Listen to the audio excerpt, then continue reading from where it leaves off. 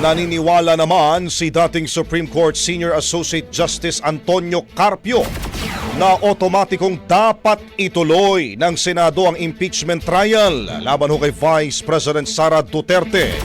Sakaling baliktarin po ng Supreme Court ang kanilang desisyon at pumanig ito sa House of Representatives sa kanilang motion for reconsideration.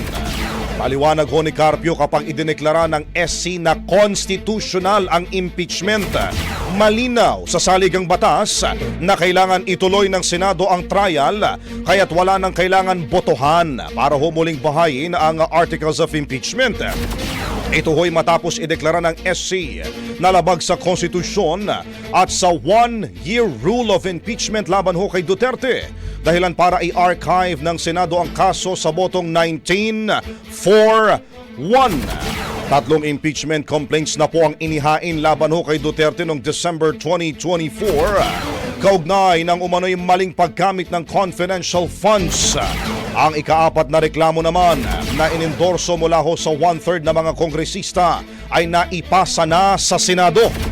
Mari namang itinanggi ni Duterte ang mga paratang at tinawag ang mga reklamong ito na scrap of paper.